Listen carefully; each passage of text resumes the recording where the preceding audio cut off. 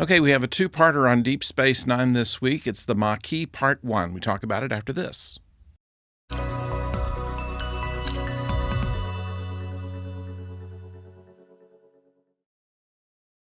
Hello out there, I'm the oldest nerd, and I have to say that this is a very tightly written episode. We are introduced to Commander Cal Hudson. He's an old friend of Sisko, and it almost falls in the old original series thing. If anybody that Kirk ever went to the Academy with, he usually died. In fact, in Star Trek II, where Captain Terrell was in the original script supposed to be an old friend of Kirk, but they realized as they were filming that they had to change that line or else it would give away the fact that he dies. So that was so instead of saying I remember Kirk from the Academy, it was I've never met Admiral Kirk. Anyway, this, in case you wonder, is not exactly that. As far as we know, Commander Hudson does not die, at least not in this episode. And we don't even hear the word Maquis until near the end of the episode. What we do know is there was sabotage of a Cardassian freighter and a secret visit by Gul Dukat to Sisko to try to convince him, he says, of what's going on, rather than the Cardassians wanting to do any kind of retribution for their freighter being destroyed, especially when it turns out somebody that used Federation technology to do it. He instead wants to kind of educate Sisko into what's going on. And it happens to be in this treaty that was made between colonists on the edge of Cardassian territory, where there were people who had Federation colonies out in what was considered neutral space. A treaty was negotiated in which both sides gave something, but it did displace some of the colonists, and that caused the rising of the Maquis. That was all established in The Next Generation, where they feature Ro Laren, who was a Bajoran and a problematic ensign, joins the Maquis. And this is something that was supposed to have been the kickoff to Deep Space Nine, where Ro Laren was to be the first officer to Ben Sisko.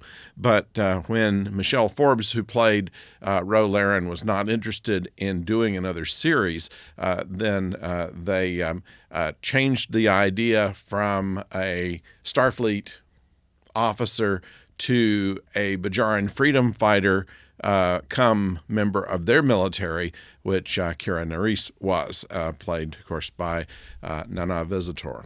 There is a conspiracy going on between some of the colonists in order to try to defy the treaty, and they've become kind of enemies of the Federation and of the Cardassians, and that could create a big war if it's not handled carefully, and that's where they find themselves right now. Certainly, Commander Hudson and Sisko are both concerned about what this can mean, although Hudson is a little more on the side of the colonist because he has been kind of the one in charge of the Starfleet presence in the colonies. And, of course, Sisko, since DS9 has been kind of pulled into it, has a similar kind of concern. And so they kind of put their heads together on this. Meantime, there is plans by the Maquis to run guns and munitions, and it is led up by a Vulcan who contacts Quark, who does not understand the bigger story, but rather sees the business opportunity of being able to do business with Vulcan, which has pretty much frozen out the Ferengi up to this point. So he sees it as a big opportunity, and also he has a certain eye for women of different species, and this Vulcan is no exception. He invites her to dinner to finalize their business arrangements, and she asked if that was something that was normal in his culture, and he mentions the rule of acquisition number 214, never begin a business transaction on an empty stomach. And when she is questioning about the rules of acquisition, he does mention that there are 285. That may be the first time in the show they've ever said just exactly how many there were. I could be wrong there. But at any rate, 285 rules of acquisition, 214, never begin a business transaction on an empty stomach. So there you have that.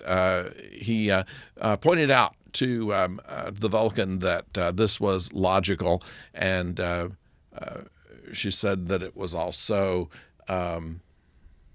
assuring that there are certain rules that they go by. So that is what we pick up after this. We know that something is in the offing to be very big, and at the very end of the episode, there's kind of a twist where we have Cisco and Kira and Dr. Bashir who are going to get a little closer up view of the Maquis than they expected. So that's left for the next episode. I'd like to know what you think about this. Once again, the acting was superb, the characterizations were good, and we have to have Quark in the middle of this, but not to make him completely evil, because he obviously does not know what the purpose of this is. He just sees the money part of it. So with that, we hope that you will subscribe if you have not done so already, and please put a like down for it as well. We appreciate you. We just got word that there was the first promo that ran for Star Trek Discovery, and it looks like it's going to be a good season. We'll be covering that when it drops, which will be in less than a month now, I suppose.